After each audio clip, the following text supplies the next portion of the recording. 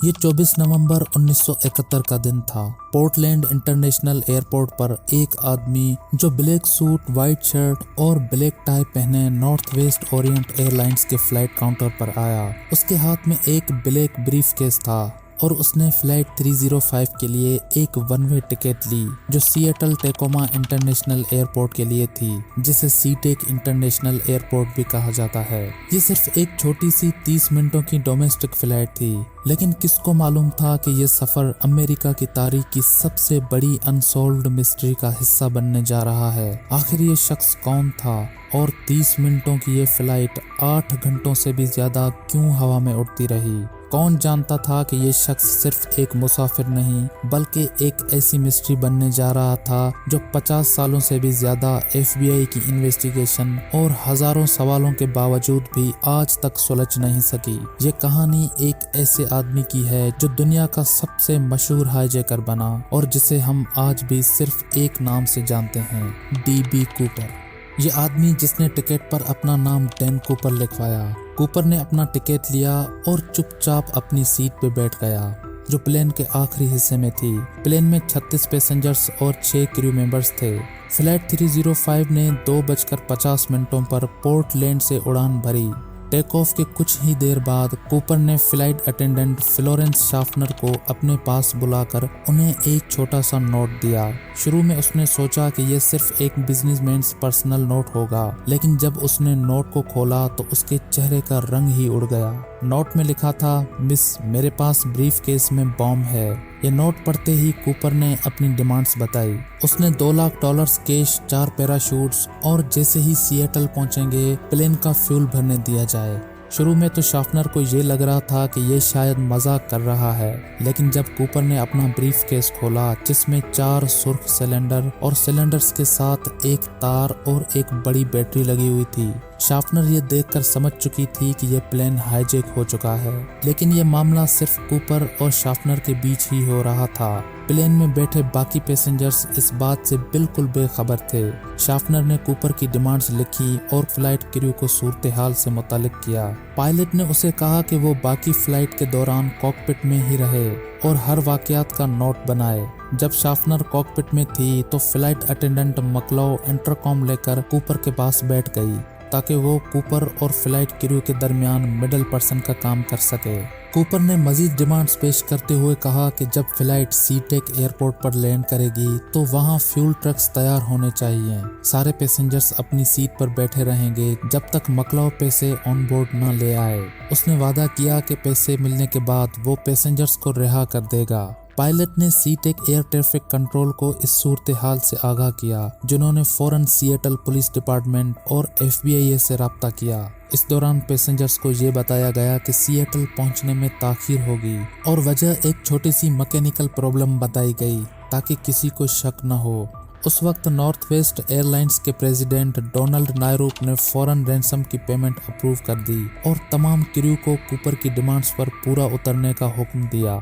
लगभग 2 घंटे तक फ्लाइट 305 पुगेट साउंड के आसपास चक्कर लगाती रही ताकि पुलिस और FBI के पास कूपर की मांगें पूरी करने के लिए वक्त हो और इमरजेंसी टीम्स भी मौका वारदात पर पहुंच सकें। मकलाउ के मुताबिक कूपर ना तो घबराया हुआ लग रहा था और ना ही वो बेरहम या गुस्से वाला शख्स था, बल्कि वो काफी शांत, तमीजदार और एक शरीफ आदमी की तरह बर्ताव कर रहा था। सीटल फर्स्ट नेशनल बैंक से $2 लाख का रैंसम अमाउंट एक बैग में डाला गया जिसका वेट तकरीबन 8.5 kg था। ये नोट्स 10,000 के 20 बिल्स पर मुश्तमिल थे, जिनमें से ज्यादातर के सीरियल नंबर्स L से शुरू हो रहे थे। FBI ने पूरे पैसों को माइक्रोफिल्म पर फोटोग्राफ कर लिया ताकि बाद में उनका रिकॉर्ड रखा जा सके। सिएटल पुलिस ने 2 फ्रंट रिजर्व पैराशूट्स, एक लोकल स्काई डाइविंग स्कूल और 2 बैक मैन पैराशूट्स एक लोकल स्टंट पायलट से हासिल किए। 5:24 पे पायलट को इत्तला मिली कि पैराशूट्स और ransom money Seattle Tacoma airport पर पहुंचा दी गई है। 5:46 पे फ्लाइट 305 ने सीटेक एयरपोर्ट पर लैंड किया। कूपर के कहने पर पायलट ने एयरक्राफ्ट को टर्मिनल से दूर रनवे के एक हिस्से में पार्क किया।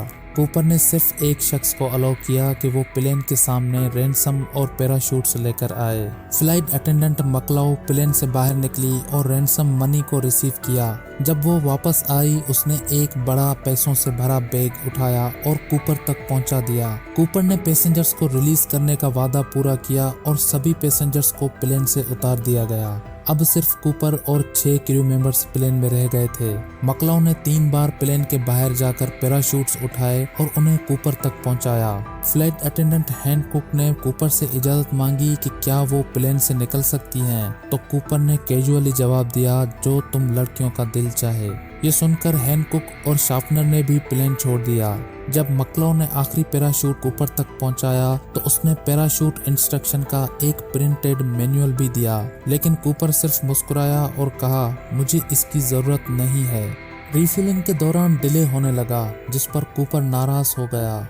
उसने देखा कि रैंसम मनी क्लॉथ बैग में दिया गया है, जबकि उसने नैपसैक मांगा था। नाराजगी में उसने अपनी पॉकेट से एक नाइफ निकाला और एक रिजर्व पैराशूट का कैनपे काट दिया और पैसे उसके खाली बैग में भर दिए और क्रू को फ्लाइट प्लान दे दिया। मेक्सिको सिटी की तरफ 100 नॉट्स की स्पीड पर 10,000 फीट एल्टीट्यूड के साथ लैंडिंग गियर नीचे और विंग फ्लैप्स को 15 डिग्रीज तक नीचे किया जाना चाहिए और केबिन को अनप्रेशराइज्ड रखा जाए। लेकिन फर्स्ट ऑफिसर ने बताया कि प्लेन में इतना फ्यूल नहीं है कि मेक्सिको तक पहुंचा जा सके। इस वजह से रीनो टाओ इंटरनेशनल एयरपोर्ट पर रिफ्यूलिंग का फैसला हुआ। कूपर ने कहा कि प्लेन टेक ऑफ के वक्त रियर एग्जिट डोर खुला रहे और एयर स्टेयर नीचे होनी चाहिए।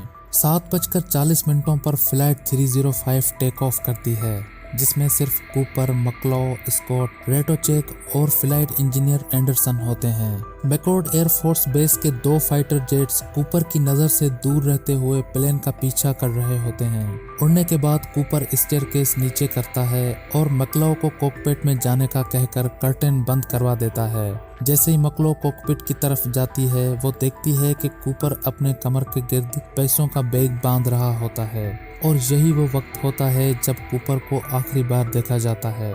ठीक 8 बजे कॉकपिट वार्निंग लाइट फ्लैश होती है, जो इंडिकेट करती है कि AFT स्टेयरकेस डिप्लॉय हो चुकी है। कुछ देर बाद 8:13 पर एयरक्राफ्ट का टेल सेक्शन अचानक ऊपर उठता है, जो इस बात का इशारा है कि कूपर ने जंप लगा दी है। क्रू ने इंटरकॉम पर उससे राब्ता करने की कोशिश की, लेकिन उन्हें कोई जवाब न आया। इसके बाद फ्लाइट क्रू कॉकपिट में ही रुका रहा और रीनो तक का सफर जारी रखा। 11:02 पर flight 305 Reno Tahoe international airport पर लैंड करती है, मगर AFT स्टेयरकेस अब भी खुली होती है। लॉ इन्फोर्समेंट ने फौरन प्लेन को घेर लिया। कुछ देर बाद पायलट केबिन की तलाशी लेता है और कंफर्म करता है कि कूपर अब वहां नहीं है। 30 मिनट की सर्च के बाद FBI बॉम्ब स्क्वाड केबिन को सेफ डिक्लेयर करती है, लेकिन ना तो वहां कूपर मिलता है और ना ही पैसे। जैसे ही इन्वेस्टिगेशन शुरू हुई, FBI एजेंट्स को प्लेन से 66 लेटेंट फिंगरप्रिंट्स मिले। साथ ही कूपर का ब्लैक टाई और 2 पैराशूट्स भी बरामद हुए, जिनमें से एक खुला हुआ था और उसके कैनपी काट दी गई थी। FBI ने पोर्टलैंड, सिएटल और रीनो में आई विटनेसेस से इंटरव्यूज किए और एक कंपोजिट स्केच तैयार किया। इसी दौरान मीडिया में एक छोटी सी गलती ने एक नए नाम को जन्म दे दिया। रिपोर्टर जेम्स लॉन्ग ने गलती से डैन कूपर को DB कूपर लिख दिया।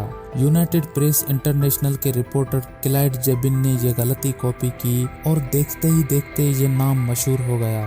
पुलिस ने सोचा कि शायद हाईजैकर ने अपना असल नाम इस्तेमाल किया हो। इसी शक को लेकर उन्होंने पोर्टलैंड के एक शख्स DB कूपर को ढूंढ निकाला, मगर जल्द ही ये तस्दीक हो गई कि उनका इस केस से कोई ताल्लुक नहीं। कूपर के जम के बाद उसकी तलाश एक मुश्किल मामला बन गया। जेट की एयर स्पीड और एनवायरमेंटल कंडीशंस मुख्तलिफ जगह और एल्टीट्यूड पर फर्क कर रही थी और सिर्फ कूपर को पता था कि उसने फ्री फॉल में कितना वक्त गुजारा था। F-106 पायलट्स को ना तो कोई इंसान गिरता नजर आया और ना ही रेडार पर किसी पैराशूट का कोई निशान मिला।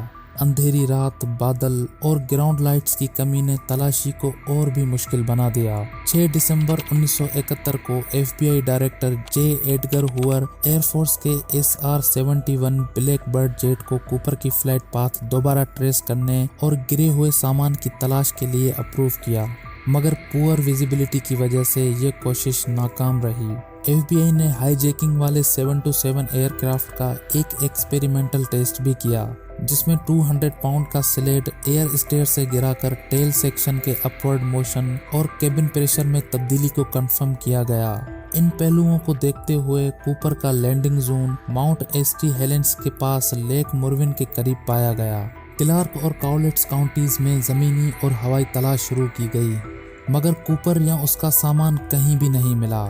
1972 में फोर्ट लिविस के 200 सोल्जर्स, एयरफोर्स पर्सनल, नेशनल गार्ड्समैन और वॉलंटियर्स ने 36 दिनों तक दूसरी बार तलाश की, लेकिन इस बार भी कुछ न मिला। सिर्फ एक पुरानी इमारत से एक औरत का स्केलेटन मिला, जो एक अलग कत्ल केस था। पहली कैलकुलेशंस के मुताबिक कूपर का ड्रॉप जोन एरियल डैम और बैटल ग्राउंड वाशिंगटन के दरमियान था, मगर बाद में FBI ने कंक्लूड किया कि शायद उसने ला सेंटर वाशिंगटन के ऊपर से जंप लगाई थी।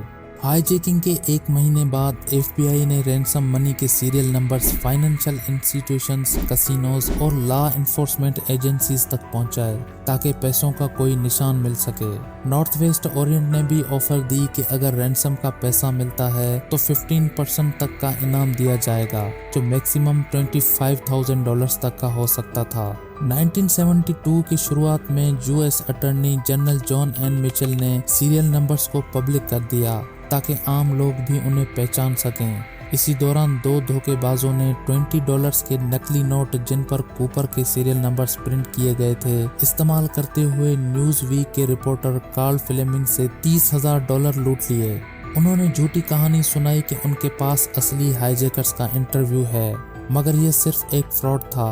ये ऑफर्स 1974 तक चली, मगर सिर्फ कुछ क्लोज मैचेस मिले, लेकिन असल बिल का कोई पता न चल सका।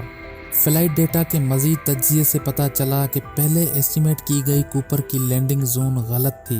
कैप्टन स्कॉट के मुताबिक असल फ्लाइट पाथ ज्यादा ईस्ट में था, जबकि कॉन्टिनेंटल एयरलाइंस के पायलट टॉम बोहन, जो फ्लाइट 305 से सिर्फ 4 मिनट पीछे था, ने FBI की विंड डायरेक्शन का रिकॉर्ड गलत साबित कर दिया, जिसकी वजह से उनका ड्रॉप जोन एस्टिमेट भी इनएक्यूरेट था। नए कैलकुलेशंस के मुताबिक कूपर ने वाशोगुल रिवर वाटरशेड के ऊपर जंप किया होगा। ये एरिया कई बार सर्च किया गया, मगर हाईजैकिंग से जुड़ा कोई सबूत कभी नहीं मिला। FBI का मानना है कि अगर कोई निशान बाकी था तो वो भी 1980 में माउंट एस्टी हेलेंस के वॉल्केनिक इरिप्शन में तबाह हो चुका होगा।